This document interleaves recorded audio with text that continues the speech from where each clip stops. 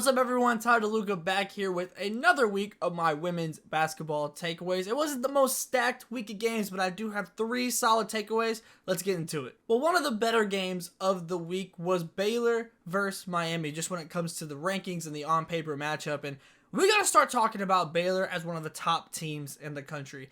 Earlier in the season, they beat Utah. And in that game, Alyssa Peely got into foul trouble early. And Utah just couldn't really do anything, frankly, in those minutes. It's a similar problem we saw against South Carolina, and I think that's more of a Utah problem than something Baylor caused, in my opinion. So I was kind of waiting for that next game, that next ranked opponent, to kind of gauge where Baylor is at, because Baylor only won that game, I believe it was by 7 against Utah. They did some damage against a Miami team that I think frankly could have been ranked a little bit higher. I think they were 24 going into this game. They could have been ranked higher, in my opinion, by a couple spots.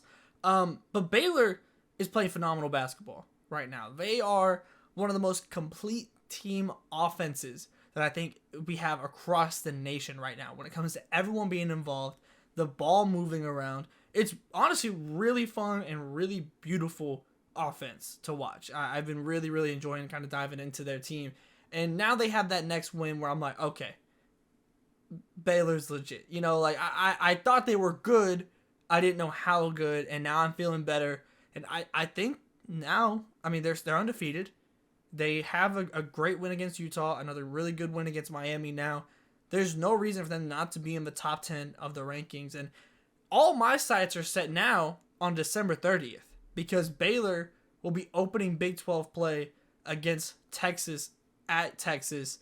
That game right now, they both have 2 games in between from now to then, and neither of those teams pose any on paper threat to Baylor or Texas in any of those games. So there's really no reason that game shouldn't be 2 undefeated teams matching up in Austin. And frankly, that should be a top 7 matchup by then, I would say, give or take, just kind of depending on how the rankings fall. In my eyes, I think they're both top 7 teams right now.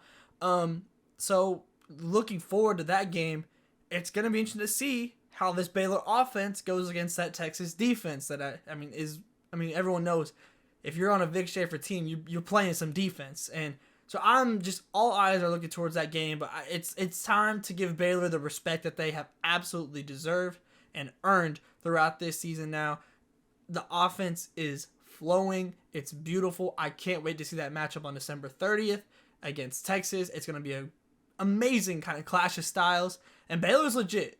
Texas is still the best team in the Big 12 right now, but Baylor is on the way up. Well, speaking of Texas, the first week of these videos was talking about Texas versus Yukon. And I was very critical of Yukon. In that game against Texas, it was page or bust, and it didn't work.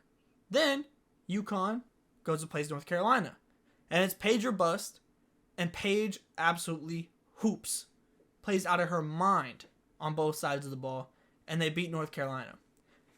This past week, they played Louisville, and this was a Louisville team that, they're tough. Like, they're a solid team. And Yukon finally played some team basketball. And it was amazing. It was beautiful. It felt natural in a way almost. That's what I've been wanting to see from Yukon. They blow out Louisville, and it was team basketball. Now, don't get me wrong. And I said this even before. They can play team basketball, and Paige Bueckers can still be the star and still be the focal point, as she should be. But in this game, she goes off for 20 points on 7 to 12 shooting. Fantastic, right? Fantastic. But then you also have Aubrey Griffin and Aaliyah Edwards going for 25 and 22 respectively. And they combined for 19 of 23 shooting. That's incredible. That is incredible. And I think that's the blueprint. Now, obviously, every game isn't going to go like this, where all your players just seemingly can't miss. And that's okay. And I don't expect Aubrey Griffin to be going for 25 points. That's okay. But having a little bit more balance across the board, that's what I want to see. Is this the most talented Yukon team that Gino has ever had? Absolutely not. Not even close. But this is still a very talented team across the board. I've loved some of the minutes that the freshmen are giving off the bench. I'm loving, really just freshmen in general. I'm loving what I'm seeing from Aubrey Griff. I think she is a perfect player next to Paige. I love her game. I mean, Aaliyah Edwards is obviously a very, very talented player, star caliber player in her own right. But this is still Paige's team. And it still felt like that. It still felt like that. And I think the effort that she's showing on defense is also playing a huge factor within that. With all the blocks that she's getting, I think it's like 9 combined blocks over the last 2 games from Paige. That's incredible effort from your star player. That is not particularly known for being a defensive player by any means. She's never been a bad defender in my eyes, but she's not known for it. And it's starting to come together. It's starting to come. Yukon's getting their swagger back. That's a start. Emphasis on start. But the swagger's coming back in stores. And that's what I want to see. That's what I want to see is team basketball from Yukon. And there's a long way to go, but there's absolutely no reason that a team like Yukon, with the talent that they have, shouldn't be utilizing all that talent. They did that against Louisville. They blew them out. I want to see more of it. It's no secret that the freshman class this year is absolutely insane. They're incredible. That when you talk about taking the nation by storm, they've been absolutely insane. Obviously, Juju Watkins is the leader within that. But you also have Hannah Hidalgo from Notre Dame. You also have Michaela Williams from LSU. But those are all guards. And I think that there's a duo in the Big 12 of freshman bigs that aren't getting enough love. And they deserve it. So I'm going to give it to them. Let's look at Iowa State's Audie Crooks and Addie Brown. Because they had an incredible game this week. But this is what they've been doing all season. So just listen to these averages. 2 freshmen. Audie Crooks is averaging 16.6 rebounds on 67% shooting on 21 minutes per game. She plays in about 3-minute stretches and then comes out. And to keep the stamina up and everything.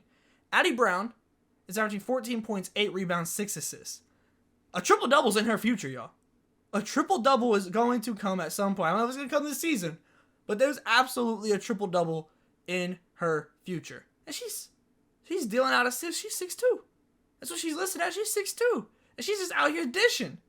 So while the guards are absolutely deserving of the love that they've been getting, I'm keeping my eye on Iowa State. Because this duo, I don't know what they're going to look like this year. Are they going to have the best record? Probably not. Especially with the team at Iowa State that's become pretty accustomed to the Ashley Jones years of being at the top of the Big 12. Are they going to be there this year? No, I don't think so. But what they're building towards the future, with the size that they have across the roster, and especially in this freshman duo, and the playmaking that they also both possess, I'm intrigued. I'm incredibly intrigued. I don't know how many wins they're going to pick up in Big 12 play. I think that they could absolutely spoil some teams. I have no doubt that that's a possibility. But this duo, even if it's not for this season, if you're thinking about a year from now, 2 years from now, 3 years from now, if you get on the ground floor of this, I promise you, you're going to see this development, and man, it's going to be a fun one. So I just wanted to shout out Audie Crooks and Addie Brown from Iowa State, the 2 freshman duo for the Cyclones, because the guards will get all the love, but the bigs deserve some too. That's going to do it for me this week with my women's basketball takeaways. I'll be back next week, but until then, let me know, what are your biggest takeaways from this past week in women's basketball, and I'll see you next time.